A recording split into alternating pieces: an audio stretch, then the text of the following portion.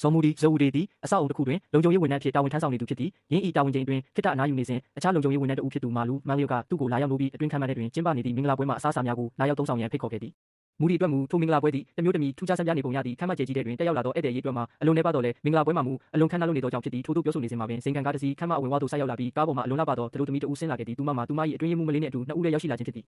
ထို့သူတို့သမီးမှာရှင်ယူစင်ယူဖြစ်ပြီးအေးဆက်သောပင်ကိုစရိုက်ကြောင့်လူသိများသည့်စီးပွားရေးလုပ်ငန်းရှင်ဆေယောအမျိုးသမီးတဦးဖြစ်သည်ယနေ့သည်သူမအတွက်အလွန်ရေးကြီးသောနေ့တစ်နေ့ဖြစ်ပြီးသူမ၏ဥဆောင်မှုအခမ်းကဏ္ဍနှင့်ယာရုနေရာကိုဆက်လက်ထိန်းသိမ်းထားနိုင်ရန်အတွက်လက်ထပ်ထိန်းရန်မဖြစ်မနေလိုအပ်နေသည့်မင်္ဂလာပွဲအတွက်ပြင်ဆင်မှုများပြုလုပ်နေစဉ်အတွင်းရေးမှူးမလေးလင်းလင်းဝင်းဝင်းကစိတ်ပြက်ဖွယ်သတင်းတစ်ခုကိုအပြေးလွှာလာရောက်အကြောင်းကြားခဲ့သည်သူတို့သားဖြစ်သူလီရှန်လိုက်ရှန်မှာမင်္ဂလာပွဲမှာထွက်ပြေးတိမ်းရှောင်သွားခဲ့ပြီဖြစ်သည်သို့သောရှင်ယူမှာမူအံ့ဩတုန်လှုပ်ခြင်းမရှိဘဲတည်ငြိမ်စွာဖြင့်ယနေ့အတွင်းသူမကိုလက်ထပ်ရန်သဘောတူမီအခြားမျိုးသားတဦးကိုအမြန်ဆုံးရှာဖွေရန်လင်းလင်းကိုအမိန့်ပေးခဲ့သည်မိတို့ပင်ဖြစ်စေမင်္ဂလာပွဲကိုဆက်လက်ကျင်းပရမည်ဖြစ်သည်အခြားအခန်းတစ်ခုတွင်မူချမ်းသာကြွယ်ဝသောဆေးတဦးဖြစ်သူရန်ရှိရင်းဆန်ကဝိုင်းတောက်ရင်းကျင်းနေပီတိဖြစ်နေသည်အမှန်စင်စစ်လီရှန်ကိုထွက်ပြေးသွားအောင်ချင်းချောင်းမောင်းထုတ်ခဲ့သူမှာသူပင်ဖြစ်သည်သူ၏အစစ်အမှန်ရွေးချက်မှာရှင်ယူကိုကိုယ်တိုင်လက်ထပ်ယူပြီးသူမ၏ကုမ္ပဏီကိုသိမ်းပိုက်ရန်ဖြစ်သည်ထိုအချိန်တွင်အခမ်းမသို့ပြန်လည်ရောက်ရှိလာသောရှင်ယူသည်လုံခြုံရေးဝန်ထမ်းစုံမူတီထံသို့ဓာတ်ရိုက်လျှောက်လန်းသွားပြီးနောက်သူမကိုချက်ချင်းလက်ထပ်ရန်ကမ်းလှမ်းလိုက်လေတော့သည်